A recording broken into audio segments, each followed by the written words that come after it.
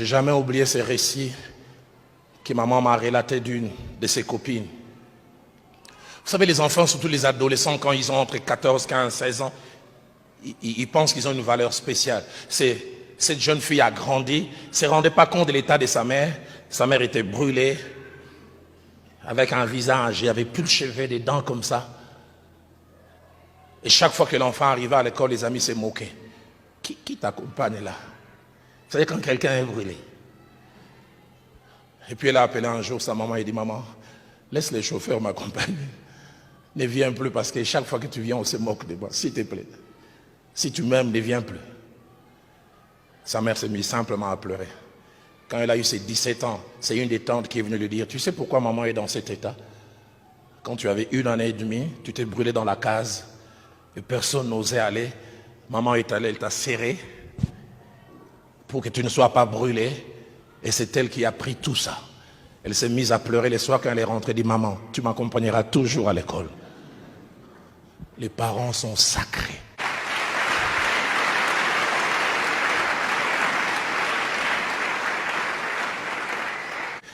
L'œil qui se moque d'un père et qui dédaigne l'obéissance envers une mère, des corbeaux du torrent les perceront. Si quelqu'un maudit son père et sa mère, sa lampe s'éteindra au milieu des ténèbres.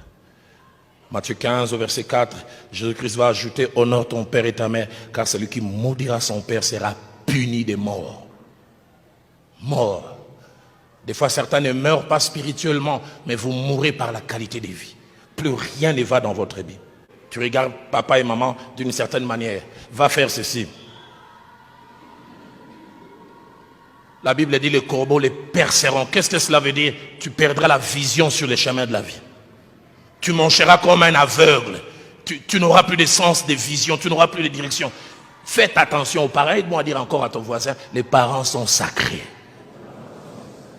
J'ai connu un ami qui tapait son père. J'ai un gars avec lequel on a étudié.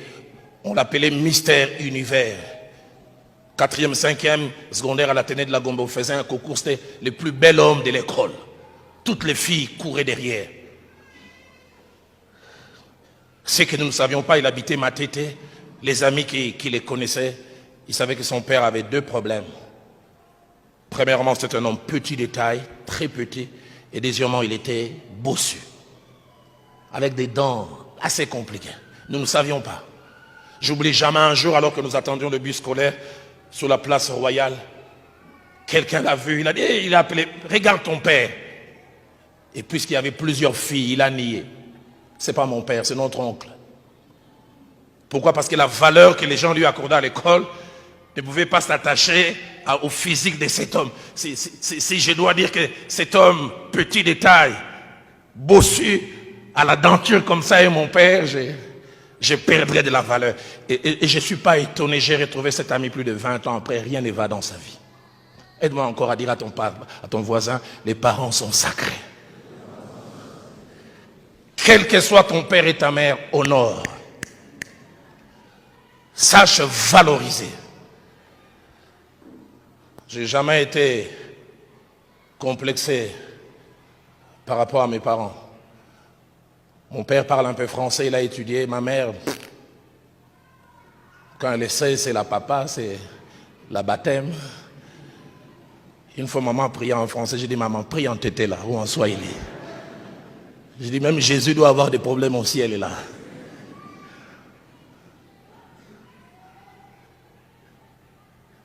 Quand j'allais visiter des amis, vous arrivez chez les amis, tout le monde est francophone. Grand-mère, parents et même les chiens. Vous savez, il y a des chiens, tu lui parles en lingala, c'est comme s'il veut te dire, monsieur, tu peux parler en français s'il te plaît? Chien francophone.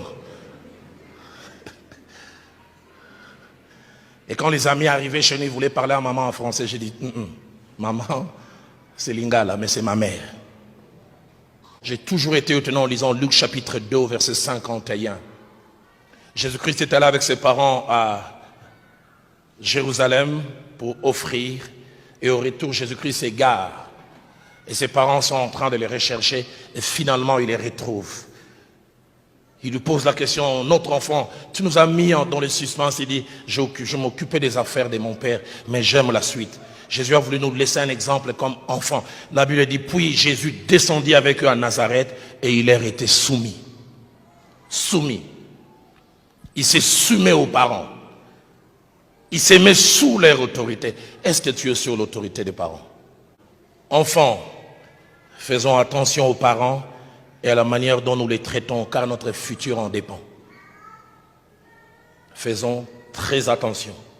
Les parents doivent être traités spécialement parce qu'ils ont un statut spécial aux yeux de Dieu. Un statut spécial. C'est que Dieu leur a donné un statut spécial, c'est lui qui a décidé. Mais deuxièmement, ils sont comme des délégués de Dieu. Comme on parle dans une entreprise, administrateur délégué. On lui a confié. Les parents sont des délégués de Dieu. Nous devons les respecter à cause du prix qu'ils payent pour nous. Des fois, nous n'avons aucune idée du prix que les parents payent. Mon père me disait cette phrase quand j'étais tout petit, je ne comprenais pas trop. Il me disait, on comprend les parents quand on devient parent. Tant qu'on est enfant, on ne comprend pas. On comprend les parents quand on devient parent. J'ai chaque fois insisté aux accouchements de mes filles, j'en ai 4. J'ai eu plus de respect pour ma mère quand j'ai eu à vivre avec une femme enceinte. Voir tout ce que cela représente, les privations, les souffrances. Et chaque fois j'ai assisté aux accouchements. J'oublie jamais le premier accouchement. Au clinique Galima, Viviane devait accoucher de Younis. Je ne sais pas comment en grandissant, sa tête n'a pas suivi mon volume. Mais ce jour-là, à la naissance, les sages-femmes et les médecins ont dit, cette fille a une tête un peu comme son père. Et c'est difficile à sortir. Je revois la belle Viviane, belle déjà naturellement, en plus quand elle se maquille. Là, elle était comme ça, j'ai dit Kitoko Zawabiawa. Dans la salle de travail. Je la vois comment il dit, appelez maman, il dit, madame, maman, quand tu nous as accouché 5 fois, là, tu sentais toujours ça. Maman dit, oui, c'est ça. Hein? Vous, les jeunes filles qui pensez maîtriser des choses. Mais j'oublierai jamais un pasteur Timothée, sa tête avait difficile à sortir. Et comme j'étais là, impuissant, incapable, le médecin me regarde et dit, pasteur, on va faire une épisiotomie. J'ai dit, épisio quoi? J'ai dit, ça veut dire quoi? Il dit, on va la déchirer. J'ai jamais oublié. Je vois, on fait une piqûre à côté et puis on prend une lame. J'avais mal.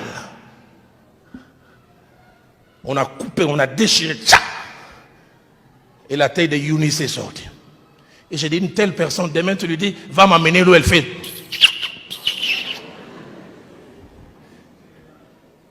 Mais si elle prononce, tu seras maudite. Cette souffrance-là. Qu'il y a des choses que les parents vivent. Avoir un enfant malade, surtout quand ils sont petits, vous n'avez aucune idée. La vie s'arrête. Vous êtes connecté à ces enfants. Mes filles n'aiment pas que j'en parle, mais je rappelle souvent. Eunice a fait une forte bronchite quand elle avait 1 année et 1 mois. Elle n'arrivait pas à dormir la nuit. On a fait toutes sortes. Et puis ce pédiatre, l'un des meilleurs de Kinshasa, il a dit, si vous voulez qu'elle respire bien la nuit, l'un de vous doit être courageux. Chaque soir avant de dormir, vous devez retirer la morve qu'il y a dans les narines, mais par la bouche. Mon épouse a dit, Berké. Roland, c'est toi le chef de la famille. J'ai dit, ah. J'oublie jamais, elle veut aller dormir et j'arrive et je commence à tirer. Ah, tu vois comment tu as changé ton visage?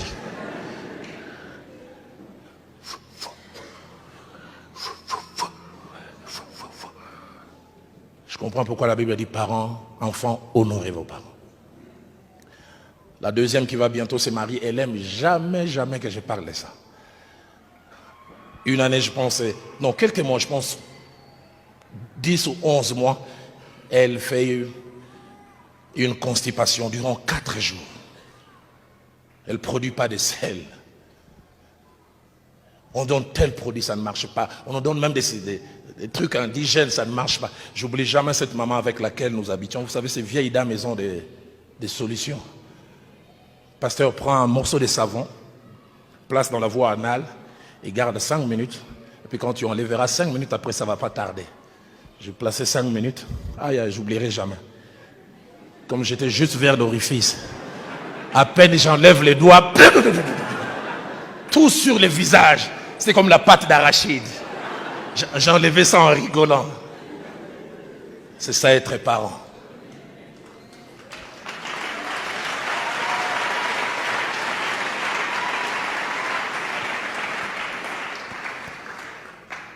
Notre troisième fille faisait de fortes fièvres.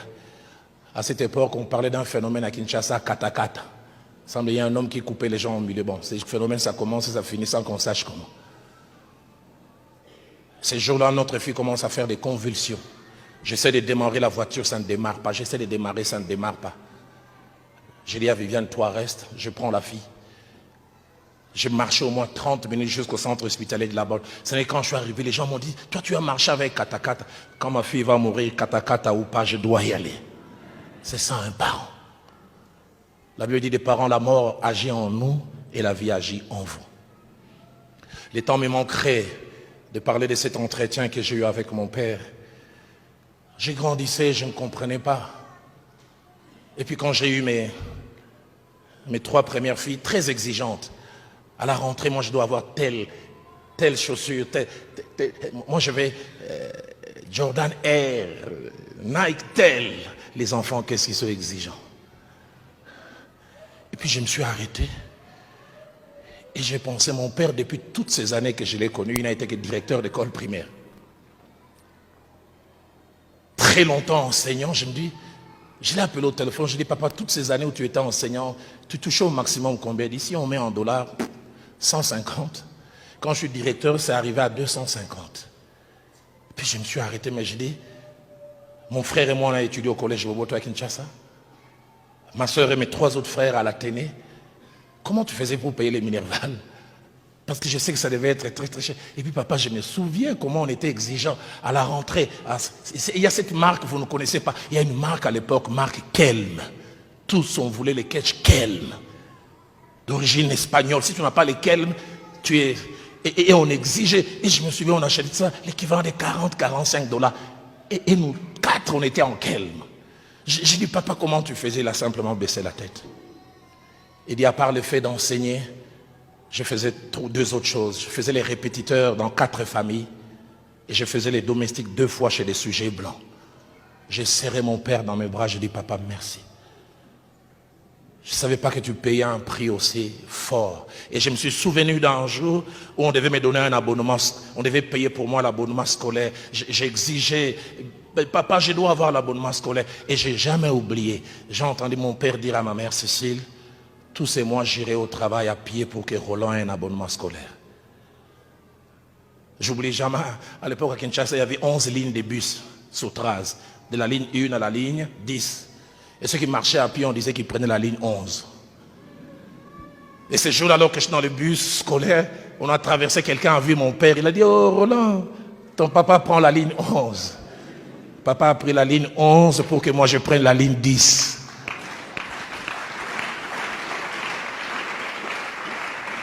Enfant, honore ton père et ta mère, ils payent un grand prix et des fois on n'a aucune idée. Les enfants, nos spécialités, c'est la demande. On a demandé de payer le minéral. Papa, on a dit, on ne paye pas pour me chasser et vous ne savez pas ce qu'ils font. Vous pensez qu'ils ont des cheveux blancs, barbe blanche, simplement à cause de l'âge, les stress venant de vous. Fonctionnaire qui ne gagne plus rien, mais 4 enfants à l'université. Comment il fait? Ils ne vous disent pas. Ils font des acrobaties de toutes sortes. Des fois, ils sont endettés jusqu'au cou. Des fois, ils doivent aller s'agenouiller devant les gens. Pardon, pardon, donne-moi ça pour mon fils. Toi, tu vois simplement l'argent, tu ne sais pas d'où ça vient. Enfant, honore ton père et ta mère. C'est le premier commandement avec une promesse. 1, afin que tu vives longtemps.